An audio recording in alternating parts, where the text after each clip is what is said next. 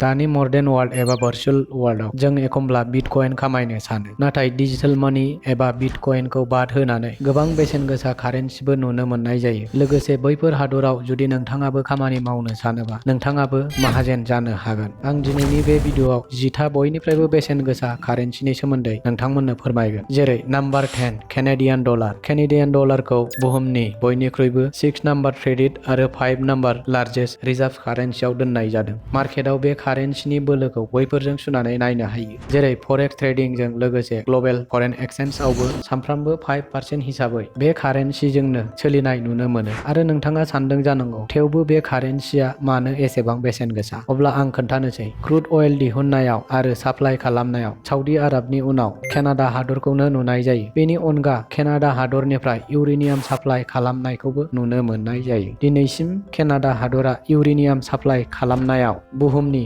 नैथि नाम्बार लिस्टआव दं। बैफोरबायदि जाहोननि थाखाय कानाडा हादरनि मार्केट भेलुखौ जोबोद स्ट्रं होननानै नुनो मोनो। कानाडा हादरनि से राङा एबा $1 कानाडा जोंनि हादराव जोंनि भारत हादरनि आथिखालाव 60.47 रां जायो। आरो बेसेन गोसा कारेन्सिनि जाहोनाव जोंनि भारत हादरनि गोबां सुबुंफोरा कानाडा बायदि हादराव खामानि मावनायखौ एबा बिजनेस मावनायखौ गोबां नुनो मोनो। Number 9 US dollar. US dollar माने आमेरिकानि रां लोगोफोर। US डलारखौ बै खोथाजों बिजिरना नायनो हायो। US डलार एबा आमेरिकानि बै फैसाखौ ग्लबेल कारेन्सि बुंनाय जायो। पपुलारजों लोगोसे इन्टारनेशनेल मार्केटआवबो डलारखौ बाहायनाय जायो। दिनैनि डिजिटेल मुगायाव गोबां मानसिफोरखौ डलार खामायनायखौ गोरलैयै नुनो मोनो। कमार्शियेल, इन्टारनेशनेल आरो सेन्ट्रेल बेंकआवबो कारेन्सि हिसाबै डलारखौ प्रायरिटि दोननाय जायो। इउएसनि $1 आमेरिकानि से राङा जोंनि भारत हादराव 87.67 रां जायो। जोंनि भारतनिफ्राय आमेरिकायाव 2 लाखनिबो बांसिन सुबुंफोरखौ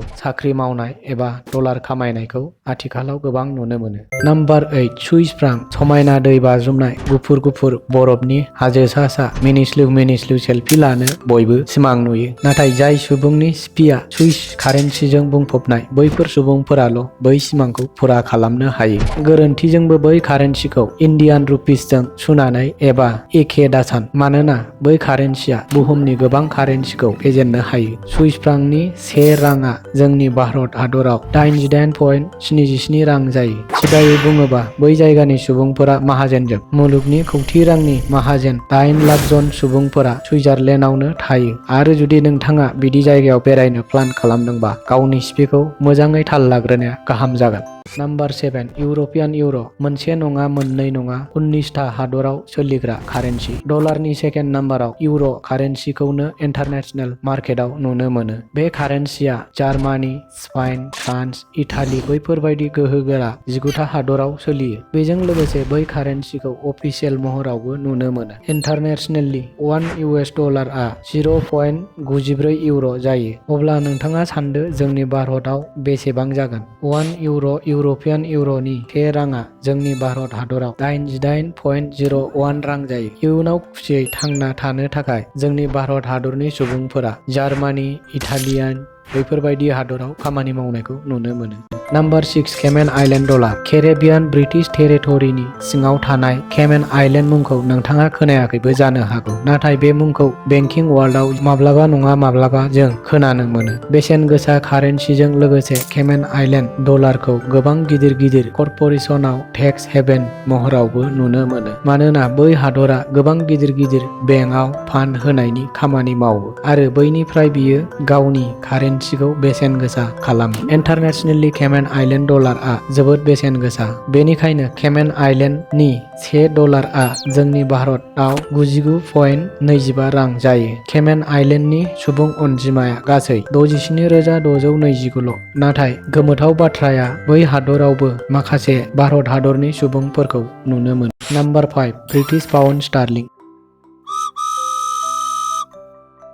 मुलुगनि बेसेन गोसा रांफोरनि भिडिअ सोलिगासिनो दं आरो बुहुमखौ लुथेग्रा ब्रिटिशफोरनि मुं गैयाबा बोरै जानो। बुहुमखौ गाग्लिग्रा गुबुन हादरनिफ्राय सना रुपा भारत हादरनि बयनिख्रुइबो बेसेन गोसा कहिनूर हिरा लांना गावनि हादराव दोनथुमग्रा इंराज एबा ब्रिटाइन कारेन्सिखौ पाउन्ड स्टार्लिं बुङो। बे कारेन्सिखौ गोबां मानसिफोरा GDP मुङैबो मिथिनो मोनो। दिनैसिम बे कारेन्सिया डलार आरो इन्डियान रुपिसनिफ्राय जोबोद बेसेन गोसा, नाथाय सिगां समाव बियो बुहुमनि बयनिख्रुइबो बेसेन गोसा कारेन्सिमोन। उनाव ब्रिटेननि इउर'पियान इउनियनआ आलादा जानानै बे कारेन्सिनि बेसेना खम जालाङो। नाथाय दिनैसिमबो ब्रिटिश पाउन्ड से राङा एबा 1 पाउन्डआ जोंनि भारत हादराव 100.57 रां जायो। रोखायै नुनो मोनो बै हादराव थाग्रा सुबुंफोरनि मान्थलि एभारेज सेलारिया 2181। आयेनाव इउके ब्रिटेनआव जब मावनो एबा सेटेल जाना रायजो जानाया गोरलै नङा। नाथाय खाफालनि थालाया गेवना एन्ट्रि जाफ्लाङोबा नोंथाङाबो कौटि रांनि बिगोमा जानो हागोन।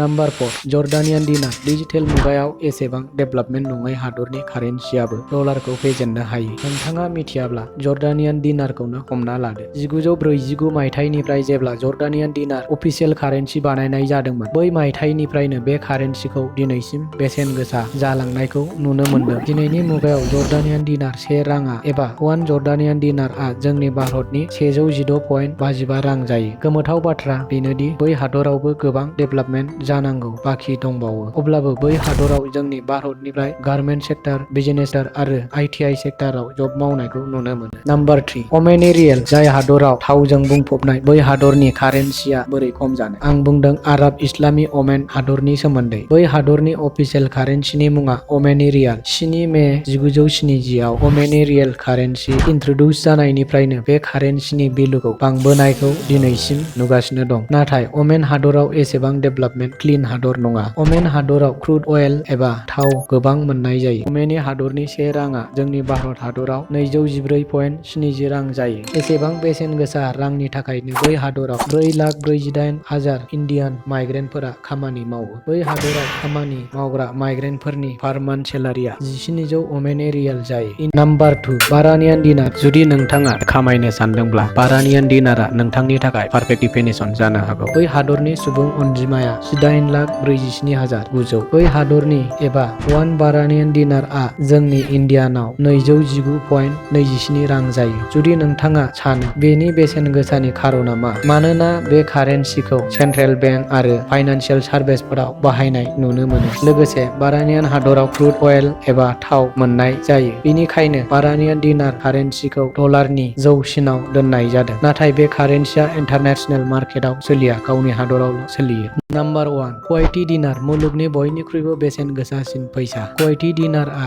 डलारनिफ्रायबो बेसेन गोसासिन। बे कारेन्सिनि गोहोजों मुलुगनि मोनफ्रोमबो कारेन्सिया एबा बुहुमनि मोनफ्रोमबो कारेन्सिया बेसेन गोसासिन जानो हाया। कुवैती हादराव बुहुमनि बयनिख्रुइबो बांसिन क्रुड अइल थाव मोननाय जायो। बेजों लोगोसे पेट्रलियाम एक्सपर्ट खालामो आरो बे खारननि थाखायनो मोनफ्रोमबो हादरा पेट्रलियाम साप्लाइ लानो थाखाय कुवैती दिनार कारेन्सिखौ लानांगौ जायो। बे जाहोननि थाखायनो कुवैती दिनार कारेन्सिया मार्केटआव जोबोद भेलु आरो बेसेन गोसा। 1 कुवैती दिनार एबा कुवैती दिनारनि से राङा जोंनि भारत हादराव 269.69 रां जायो। कुवैतीआव 8,25,000 नन नेशनेलिटि माइग्रेन्टफोरा खामानि मावो।